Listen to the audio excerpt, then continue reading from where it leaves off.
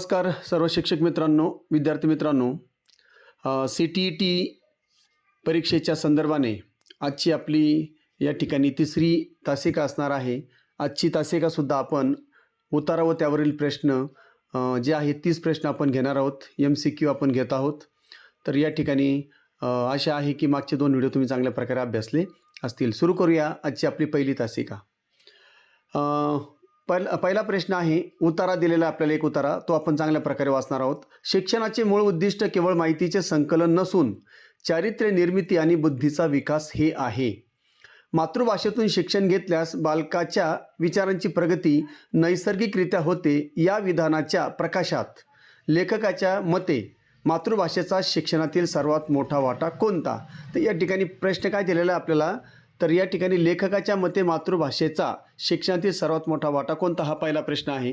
तर या ठिकाणी 4 पर्याय आपल्या समोर दिलेले, 4ही पर्याय आपण बघू शकता. तर त्या ठिकाणी 4 पर्यायापैकी पहिलाच पर्याय बघा, बालकाच्या संज्ञात्मक विकासासाठी नैसर्गिक वैचारिक प्रक्रियेला गती देणे.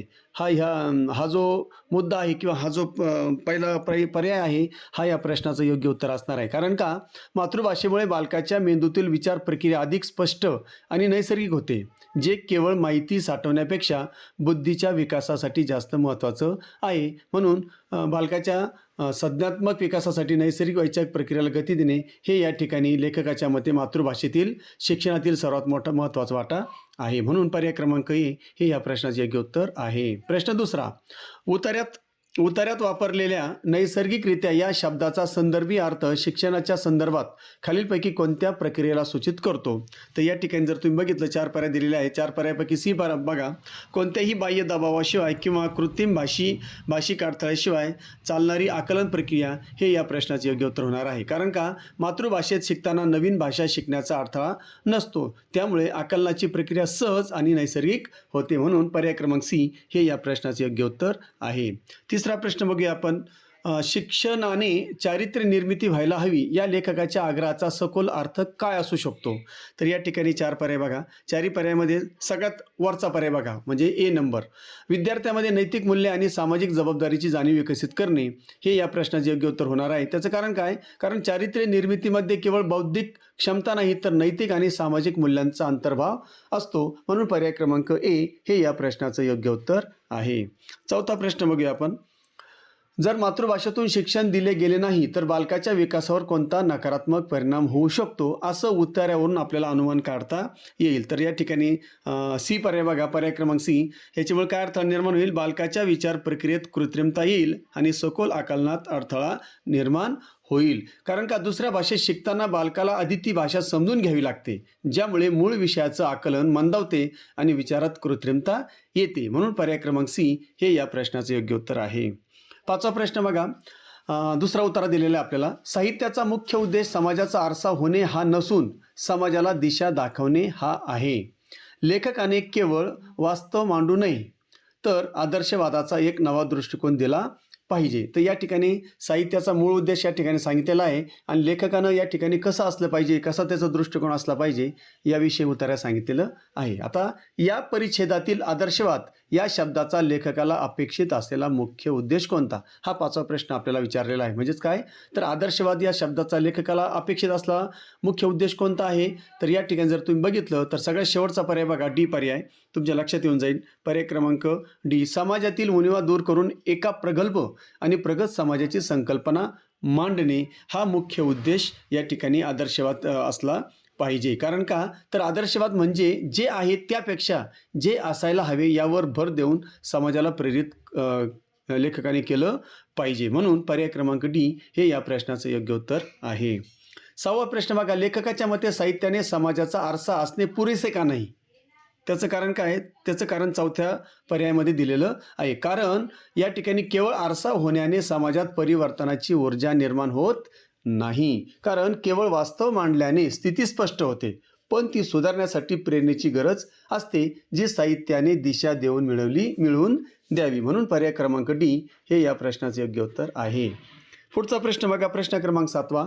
उतार्यातील वास्तवाचा आदर्शवाद साधण्यासाठी लेखकाकडे कोणता विशेष गुण असणं आवश्यक आहे असं तुम्हाला वाटतं? तर या ठिकाणी लेखकाकडे कोणता गुण असला पाहिजे? तर पर्याय क्रमांक बी जो आहे तो गुण असला पाहिजे. मग काय बी काय सांगतो? सभोवतालच्या परिस्थितीचे सूक्ष्म निरीक्षण आणि भविष्याचा वेध घेण्याची दृष्टी. तर या ठिकाणी जर तुम्ही बघितलं तर चारही पर्याय दिलेले 4 पर्यायापैकी बी बघा. कारण का वास्तवाचे भान असेल तरच आदर्शवाद जमिनीवरचा वाढतो आणि भविष्याचा वेध असेल तरच तो दिशा दाखवू शकतो. म्हणून या ठिकाणी पर्याय क्रमांक बी हे या प्रश्नाचे योग्य उत्तर आहे. पुढचा प्रश्न बघा, 8वा. भाषा संपादन ही एक जैविक प्रक्रिया आहे असे चॉम्स्की म्हटलं असलं तरी सामाजिक आंतरक्रिया त्या प्रक्रियेला अर्थ प्राप्त करून देते. या विधानातून भाषा शिक्षणाच्या कोणत्या सिद्धांताचा समन्वय साधला गेला आहे? पहिलाच पर्याय बघा या ठिकाणी दिलेला आहे. पहिलाच पर्याय जर बघितला तुमच्या लक्षात येईल, नेटिव्हिस्ट आणि सोशल ॲक्शनिस्ट सिद्धांत. तर या ठिकाणी चॉम्स्की चा जैविक पाया आणि सामाजिक आंतरक्रिया या दोन्ही गोष्टींचा उल्लेख केल्यामुळे या दोन सिद्धांताचा समन्वय साधला जातो. म्हणून पर्याय क्रमांक ए हे या प्रश्नाचे योग्य उत्तर आहे. पुढचा प्रश्न 9वा प्रश्न. उतार्यातील विधानानुसार जर एखाद्या बालकाला मानवी समाजापासून दूर जंगलात वाढवले तर चॉम्स्कीच्या सिद्धांतानुसार काय घडेल? तर या ठिकाणी जर तुम्ही बघितलं तर पर्याय क्रमांक बी बघा. त्याच्याकडे भाषिक क्षमता म्हणजे एलईडी तर असेलच, पण सामाजिक आंतरक्रियेशिवाय ती विकसित होऊ शकणार नाही. कारण चॉम्स्की यांच्या मतानुसार भाषिक साधन जन्मजात असते, पण त्याला सक्रिय करण्यासाठी वातावरणाची गरज असते. म्हणून पर्याय क्रमांक बी हे या प्रश्नाचे योग्य उत्तर आहे. पुढचा प्रश्न 10वा प्रश्न. शिक्षकाने वर्गात सामाजिक आंतरक्रिया वाढवण्यासाठी खालीलपैकी कोणती कृती करणे सर्वात प्रभावी ठरेल? तर सगळ्यात कोणती गोष्ट करणं प्रभावी ठरेल? 1 नंबरचा पर्याय बघा. विद्यार्थ्यांना लहान गटात विभागून एखाद्या स्वप्नपूर्तीवर चर्चा करण्यास सांगणे हे या ठिकाणी करणं प्रभावी ठरणार आहे. कारण का गटचर्चा आणि समस्यापूर्तीमुळे विद्यार्थ्यांमध्ये प्रत्यक्ष संवाद होतो जो सामाजिक आंतरक्रियेचा गाभा आहे. म्हणून पर्याय क्रमांक ए हे या प्रश्नाचे योग्य उत्तर आहे. 11वा प्रश्न बघा, 4था उत्तर दिलेला आहे आपल्याला, तो वाचूया आपण अगोदर. डिजिटल युगातील मराठी भाषेचा वापर वाढविण्यासाठी केवळ युनिकोडचा वापर पुरेसा नाही, तर दर्जेदार मराठी आशयाची निर्मिती इंटरनेटवर मोठ्या प्रमाणात व्हायला हवी. या उतार्यातील दर्जेदार आशय म्हणजे क्वालिटी कंटेंट कशाला सूचित करतो? तर या ठिकाणी 4ही पर्याय बघा. पर्याय क्रमांक सी बघा. माहितीपूर्ण संशोधनात्मक आणि मौलिक साहित्याची डिजिटल प्लॅटफॉर्मवर उपलब्ध असणे हे महत्त्वाचं आहे. कारण का दर्जेदार आशय म्हणजेच केवळ भाषांतर नव्हे तर मूळ आणि उपयुक्त माहितीची निर्मिती होय. म्हणून पर्याय क्रमांक सी हे या प्रश्नाचं योग्य उत्तर होणार आहे.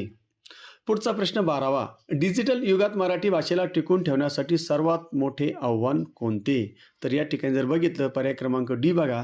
मराठी भाषेतील तांत्रिक संज्ञाची कमतरता आणि इंग्रजीचा वाढता प्रभाव ही या ठिकाणी सगळ्यात मोठं आव्हान असणार आहे. कारण का विज्ञान आणि तंत्रज्ञानातील शब्द अनेकदा मराठीत नसल्यामुळे लोक इंग्रजीकडे वळतात, हे मोठे आव्हान आहे. म्हणून पर्याय क्रमांक डी हे या प्रश्नाचं योग्य उत्तर आहे. पुढचा प्रश्न 13वा प्रश्न. शालेय स्तरावर डिजिटल साक्षरता आणि मराठी भाषा यांचा समन्वय कसा साधता येईल? तर या ठिकाणी कसा साधणार आपण? तर पर्याय क्रमांक बी नुसार आपण साधू. विद्यार्थ्यांना मराठी ब्लॉग लेखन आणि विकिपीडिया संपादनाचे प्रगल्भ देणे. यामुळे काय होईल? यामुळे मुले तंत्रज्ञान वापरून मराठी आशय निर्माण करायला शिकतील, जो प्रत्यक्ष कृतीचा भाग आहे. म्हणून पर्याय क्रमांक बी हे या प्रश्नाचं योग्य उत्तर आहे. पुढे जाऊया आपण प्रश्न 14व्याकडे. विरामचिन्हांचा वापराचा उतार्यातील अर्थाशी काय संबंध असू शकतो? व्याकरण आणि आशय यांच्या दृष्टीने विचार करायचा आहे. तर या ठिकाणी 4 पर्याय दिले. 4ही पर्यायामध्ये सगळ्यात वरचा पर्याय बघा. विरामचिन्हांमुळे वाक्याचा सूर आणि अर्थातील संदिग्धता स्पष्ट होते. कारण का विरामचिन्हे ही लेखनाची आवाजातील चढ उतार दर्शवतात, ज्यामुळे वाचकाला लेखकाचा अचूक हेतू समजतो. म्हणून पर्याय क्रमांक ए हे या प्रश्नाचं योग्य उत्तर आहे. पुढचा प्रश्न बघूया आपण. प्रश्न क्रमांक 15. शिक्षकाने सर्वसमावेशक वर्गात मराठी शिकवताना उतार्यांच्या आधारे कोणती रणनीती आखली पाहिजे? तर या ठिकाणी सगळ्यात शेवटचा कोणती रणनीती आखली पाहिजे? तर विविध सामाजिक पार्श्वभूमी असलेल्या विद्यार्थ्यांच्या अनुभवांना उतार्यातील विषयाशी जोडलं पाहिजे. म्हणून या ठिकाणी जर तुम्ही बघितलं तर पर्याय क्रमांक डी मध्ये ते दिलेलं आहे आपल्याला. कारण का सर्वसमावेशक ते मध्ये प्रत्येक विद्यार्थ्याचा अनुभव महत्त्वाचा असतो, तो उतार्याशी जोडल्यास आकलन वाढते. म्हणून पर्याय क्रमांक डी हे या प्रश्नाचं योग्य उत्तर आहे. पुढचा प्रश्न 16वा.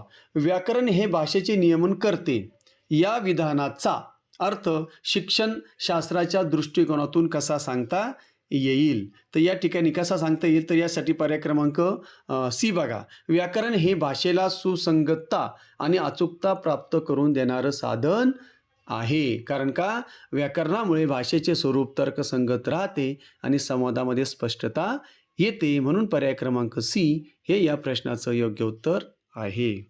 पुढचा प्रश्न 17वा प्रश्न बघा. बालकाच्या भाषिक विकासात चुका करणे याकडे शिक्षकाने कोणत्या नजरेनं पाहिलं पाहिजे? तर या ठिकाणी कोणत्या नजरेनं बघायला पाहिजे, तर चुका या शिकण्याच्या प्रक्रियेचा नैसर्गिक भाग आणि अंतर्दृष्टी देणाऱ्या पायऱ्या आहेत.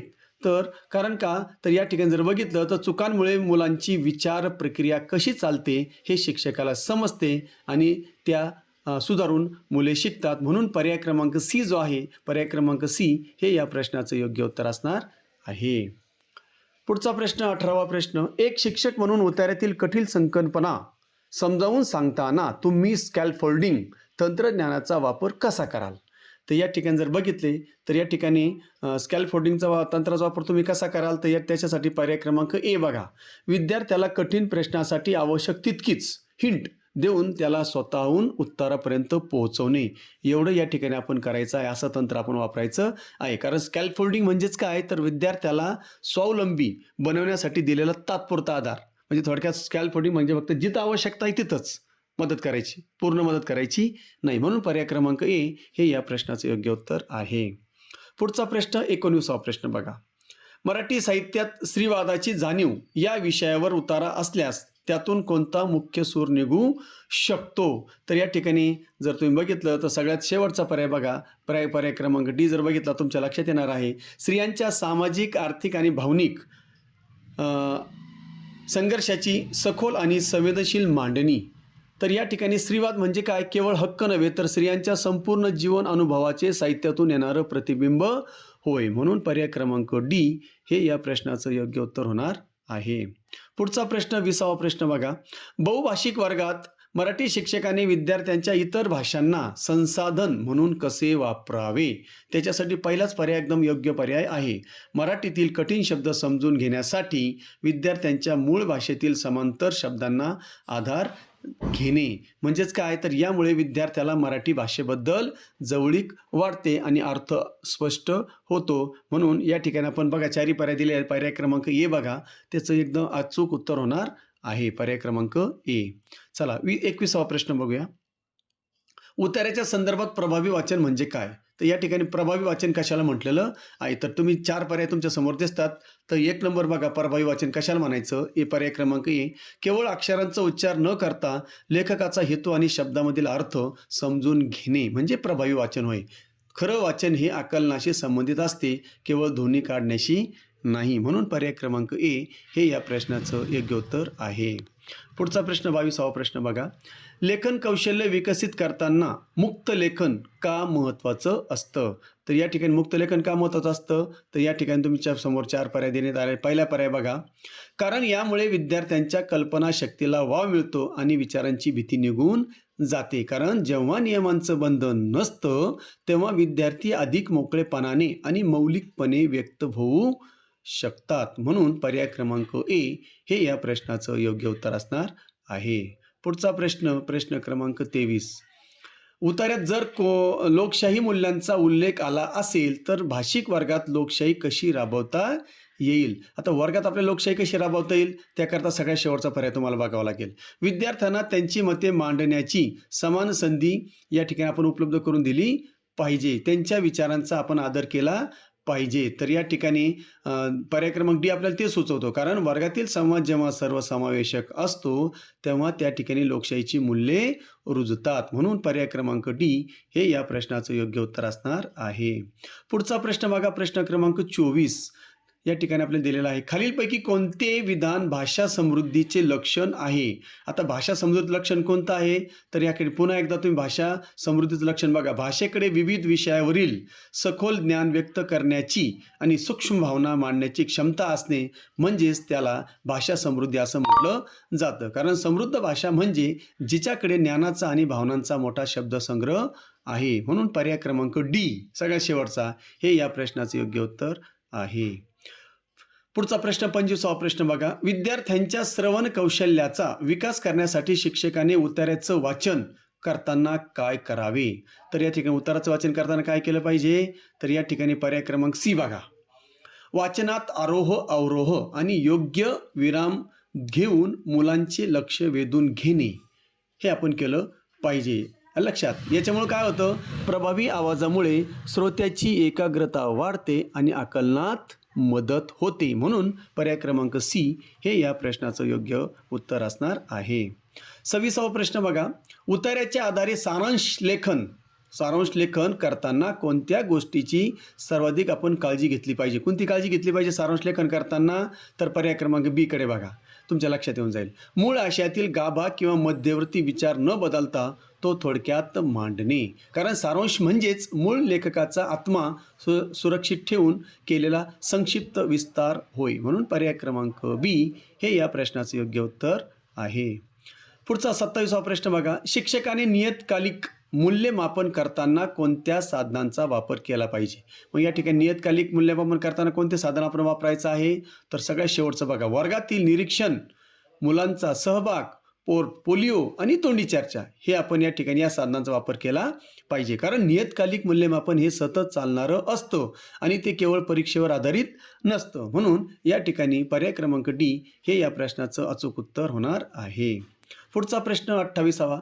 मराठीतील तत्सम आणि तद्भव. आता तत्सम म्हणजे संस्कृतमधून आलेले शब्द जसेच्या तसे जेव्हा मराठी भाषेत येतात तेव्हा ते तत्सम शब्द असतात आणि जेव्हा ते शब्द बदल होऊन येतात तेव्हा ते तद्भव शब्द असतात. आता या ठिकाणी आपल्याला तत्सम आणि तद्भव समजलेला आहे.